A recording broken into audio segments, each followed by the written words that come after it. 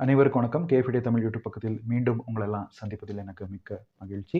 இன்றைய ஒரு பதிவில் நான் பேசக்கூடிய ஒரு விஷயம் என்னன்னு பார்த்தீங்கன்னா, தலைப்பு என்னன்னு பார்த்தீங்கன்னா, கேன் பேங்க் சீட்ஸ் அஸ்? வங்கிகள் நம்மள ஏமாத்துமா? அப்படின்ற ஒரு கேள்வியோட இந்த பதிவை நான் ஆரம்பிக்கிறேன்.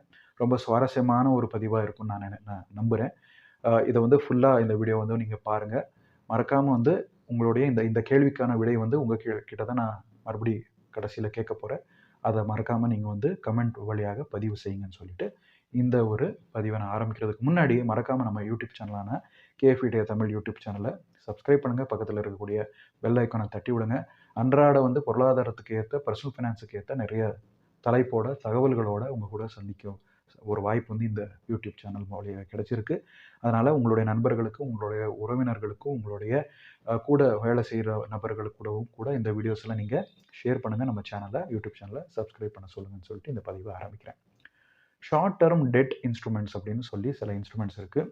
இதுக்கு நம்ம ஆங்கிலத்தில் மணி மார்க்கெட் அப்படின்னு சொல்கிறோம். ஷார்ட் டேர்மாக பாரோ பண்ணுறது, லெண்டிங் பண்ணுறதுக்கான ஒரு டர்மாக இருக்குது இந்த ஷார்ட் டேர்ம் மணி மார்க்கெட் அப்படின்றது. அதாவது ஷார்ட் டேர்ம் அப்படின்னு பார்த்தீங்கன்னா, ஒரு வருஷத்துக்கும் குறைந்த நாட்கள், குறைந்த மாதங்களுக்குள்ள உங்களுக்கு பணத்தை திருப்பி மீண்டு எடுக்கிறதுன்ற ஒரு விஷயம். இது ரொம்ப லோ ரிஸ்கான ஒரு ஆப்ஷனாக இருக்குது. அதே போல் இது சேஃபான ஒரு விஷயமா இருக்குது. இதில் ரிட்டர்ன்ஸ் கூட குறைவாக இருக்குது. யார் வேணுமாலும் இதில் முதலீடு செய்யலாம் அப்படின்ற ஒரு விஷயம். அது என்னென்ன மாதிரியான ஃபினான்ஷியல் இன்ஸ்ட்ருமெண்ட்ஸ் இருக்குன்னு ஃபர்ஸ்ட் நம்ம தெரிஞ்சுக்கிட்டு கடைசியில் இந்த கேள்வி நம்ம கேட்கலாம்.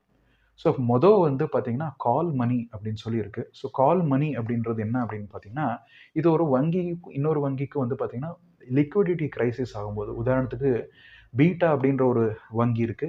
கேமா அப்படின்ற சொல்லி ஒரு வங்கி இருக்கு.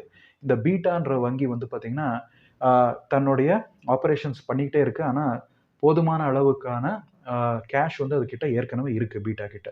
அதே இந்த கேமா அப்படின்ற வங்கி கிட்ட பார்த்தீங்கன்னா, பண பரிவர்த்தனை எல்லாம் செய்து கடன் கொடுத்துருக்கு, கடன் வட்டியெல்லாம் வாங்குது. ஆனால் போதுமான அளவுக்கான லிக்விடிட்டி இல்லை இந்த கேமான்ற வங்கி கிட்ட. ஸோ இந்த கேமான்ற வங்கி என்ன பண்ணலாம் அப்படின்னா, இந்த பீட்டா வங்கி கிட்ட இருந்து எக்ஸஸான அந்த லிக்விட் கேஷை பாரோ பண்ணிக்கலாம்.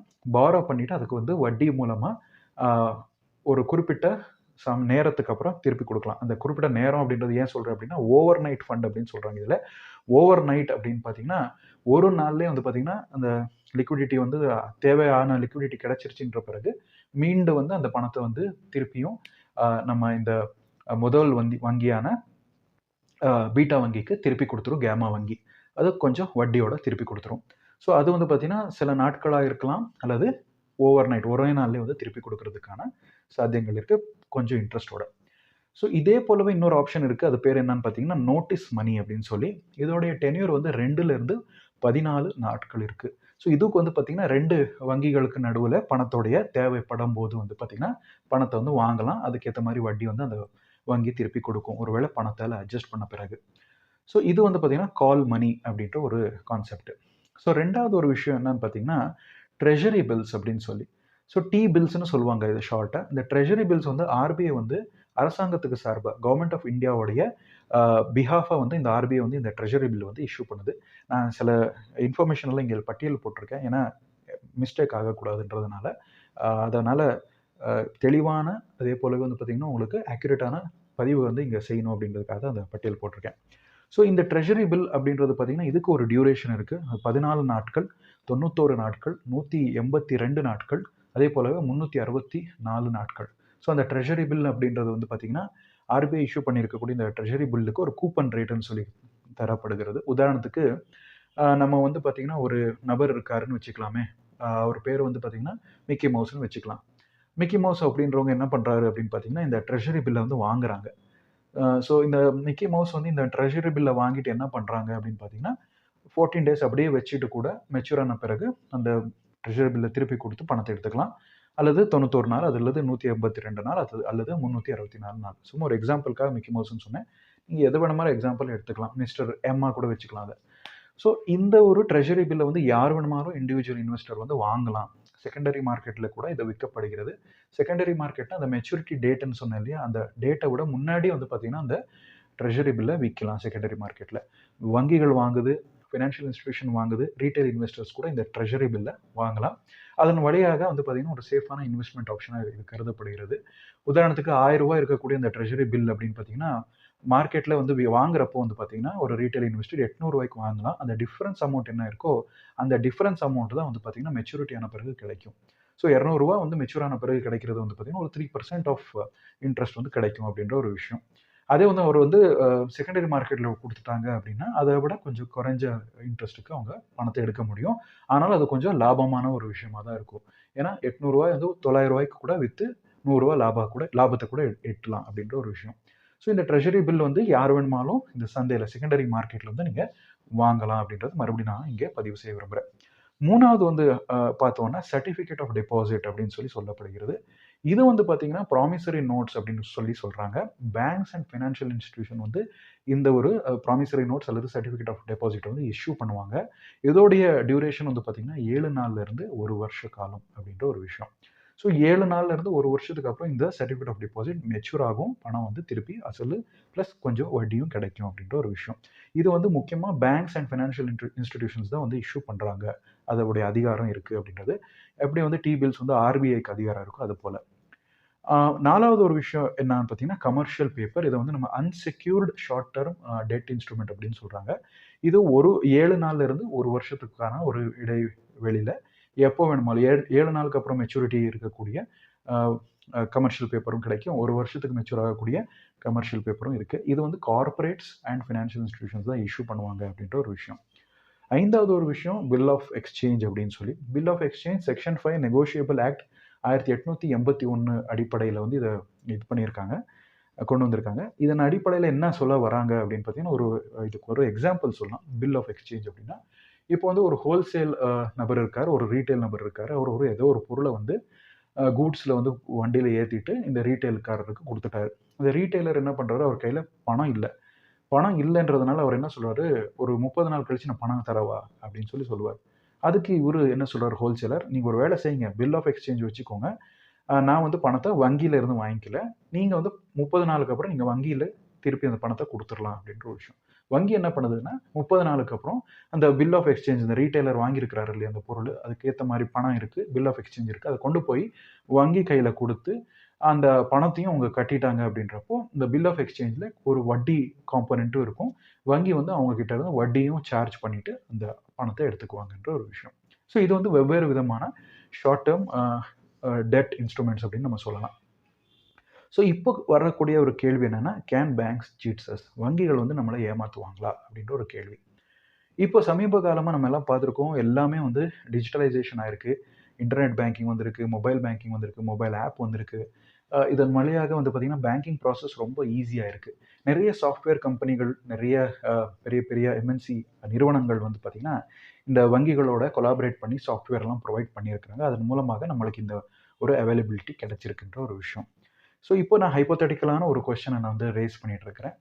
அந்த கொஸ்டினுக்கு ஏற்ற ஒரு எக்ஸாம்பிள் நான் சொல்கிறேன். ஹைப்போதெட்டிக்கலாக வந்து பார்த்தீங்கன்னா ஒரு ஏபிசின்ற ஒரு சாஃப்ட்வேர் கம்பெனி இருக்குது, ஒரு எக்ஸ்ஒய்செட் அப்படின்னு சொல்லக்கூடிய ஒரு பேங்க் இருக்குது.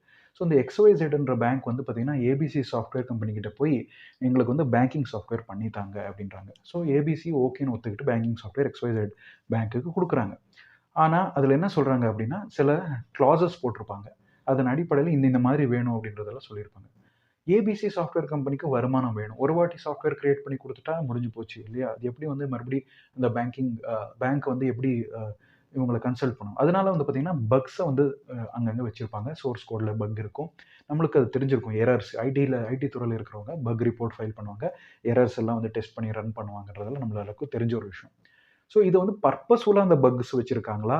இல்ல பேங்கோட ஒரு டை அப் வச்சுக்கிட்டு இந்த மாரி இந்த ஏபிசியும் அல்லது ஏபிசி சாஃப்ட்வேர் கம்பெனியும் எக்ஸ்ஒய்செட் பேங்க்கும் வந்து ஒரு நெகோசியேஷன் பண்ணிட்டு இது பண்ணியிருக்கிறாங்களா அப்படின்ற ஒரு கேள்வி நம்மளுக்கு எழுப்பப்படுகிறது.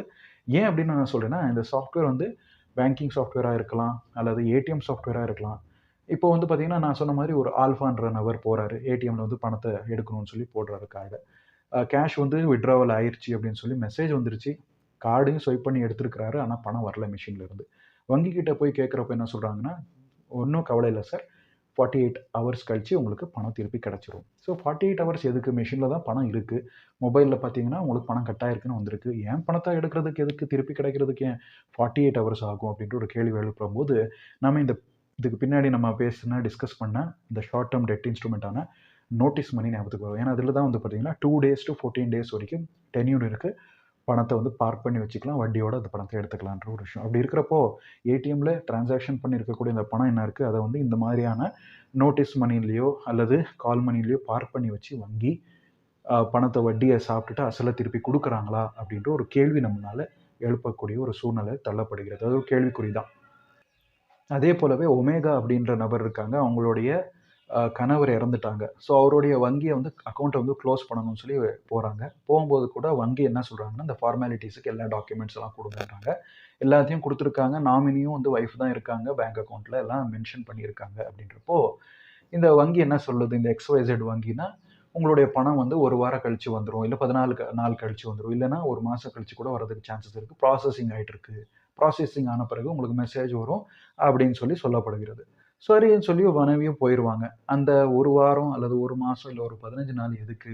ஏன்னா டாக்குமெண்ட்ஸ் ப்ராப்பரா இருக்கு. நாமினி யாருன்னு சொல்லி குடுத்துருக்காங்க. வங்கியிலே வந்து ஒய்ஃபோட அக்கவுண்ட் கூட அதே வங்கியில இருக்கு. ஏன் வந்து இது தாமதம் செய்யுது வங்கி, இந்த பிரான்ச் அப்படின்ற ஒரு கேள்வி வந்து நம்மளால ரைஸ் பண்ணுறதுக்கான சான்சஸ் இருக்கு இல்லையா? ஸோ அது கூட நம்ம யோசிக்கும்போது ஒருவேளை இந்த பணத்தை வந்து ஷார்ட் டேர்ம் இன்ஸ்ட்ருமெண்ட்டான நோட்டீஸ் மணி அல்லது சர்டிஃபிகேட் ஆஃப் டெபாசிட் ஆகட்டும் அல்லது கால் மணியில் வந்து பார்க் பண்ணிவிட்டு வட்டி எடுத்து வங்கி திருப்பி கொடுக்குதா அப்படின்ற ஒரு கேள்வி மறுபடி நம்மளுக்கு ரைஸ் ஆகுது அப்படின்ற ஒரு விஷயம். சேம் கான்செப்ட் தான் வந்து பார்த்திங்கன்னா ஒரு டீட்டா அப்படின்ற நபருக்கு கூட அப்ளை ஆகும். அவர் வந்து மொபைல் பேங்கிங் யூஸ் பண்ணியிருப்பார். ஏதோ ஒரு டிரான்சாக்ஷன் பண்ண போயிருப்பார். அந்த டிரான்சாக்ஷன் எரர் ஆயிரும். பணம் டிடெக்ட் ஆயிருச்சுன்னு வரும். ஆனால் பணம் வந்து அந்த டிரான்சாக்ஷன் காரருக்கு வந்து போய் சேரலை. அந்த நபருக்கு யாருக்கு அனுப்புனாங்களோ அவங்களுக்கு போய் சேரல. அதனால மறுபடியும் இதே இஷ்யூ வந்து ரேஸ் பண்ணுறப்போ மறுபடியும் இதே தான். ஒரு 48 ஹவர்ஸ் இல்லை ஒரு 7 டேஸ் வெயிட் பண்ணுங்கள், உங்கள் பணம் திருப்பி கிடச்சிரும் அப்படின்னு சொல்லி சேஃப் அண்ட் செக்யூர்டாக இருக்கும் உங்கள் பணம், எங்கேயும் போகலன்ற ஒரு கான்ஃபிடன்ஸ் வந்து அவங்க சொல்கிறாங்க. ஸோ இதெல்லாம் சொல்லும்போது வந்து பார்த்திங்கன்னா நம்மளுக்கு மறுபடியும் கேட்குற ஒரு விஷயம் நம்ம என்ன அப்படின்னா, கேன் பேங்க் சீட் அஸ்? இது எல்லாத்தையும் நீங்கள் கேட்டுட்டு உங்களுடைய மனதில் என்ன தோணுதோ அதை வந்து நீங்கள் கமெண்ட்டில் தெரிவித்துக் கொள்ளலாம். ஏன்னா நான் இது ஓப்பன் எண்டட் கொஷனாக தான் வைக்கிறேன் அப்படின்னு சொல்லிட்டு மீண்டும் இன்னொரு பதிவில் இன்னொரு சுவாரஸ்யகரமான விஷயத்தோடு சந்திக்க போகிறேன். உங்களிடம் விடைபெறுவது உங்கள் KFID தமிழ் யூடியூப் சார்பாக சந்தேஷ். நன்றி, வணக்கம்.